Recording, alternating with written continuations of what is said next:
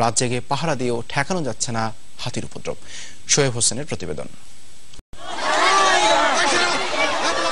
মেঘালয় রাজ্যের গহীন অরণ্য থেকে নেমে এসেছে বন্য হাতির এই পাল। ছড়িয়ে পড়েছে জামালপুরের বকশীগঞ্জ উপজেলার সীমান্তবর্তী পাহাড়ে।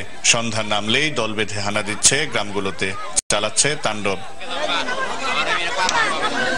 প্রায় 2 সপ্তাহ ধরেই চলছে এমন অবস্থা। অতিষ্ঠ জনজীবন, আক্রমণের ভয়ে এখানকার সাতানিপাড়া, শুকনাথপাড়া সহ 7টি গ্রামের মানুষের কাটছে নির্ঘুম রাত। মানুষ একবারে হতাশ, বাল বাচ্চা নিয়ে খুব কষ্ট করি, সারা রাত আগুন পানি ধরি থাকে, মশাল টশাল দিয়ে ঘুরে তবুও ফিরে না।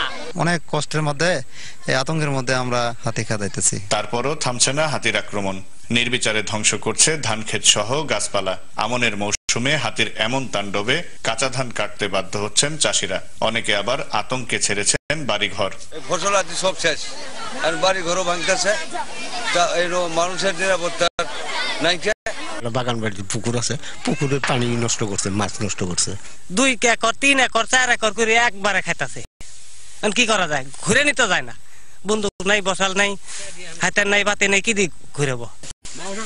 হাতির আক্রমণ থেকে রক্ষায় মানুষকে সতর্ক করার উদ্যোগ নেওয়া হয়েছে বলে জানালেন প্রশাসনের এই কর্মকর্তা।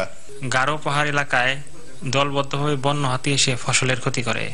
আমরা গ্রামবাসীদের সঙ্গে অচিরে মত বিনিময় সভা করব, যাতে এই সমস্যা থেকে গ্রামবাসীরা রেহাই পেতে পারে।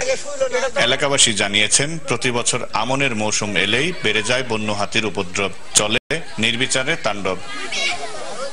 শোয়েব হোসেন, যমুনা নিউজ, জামালপুর।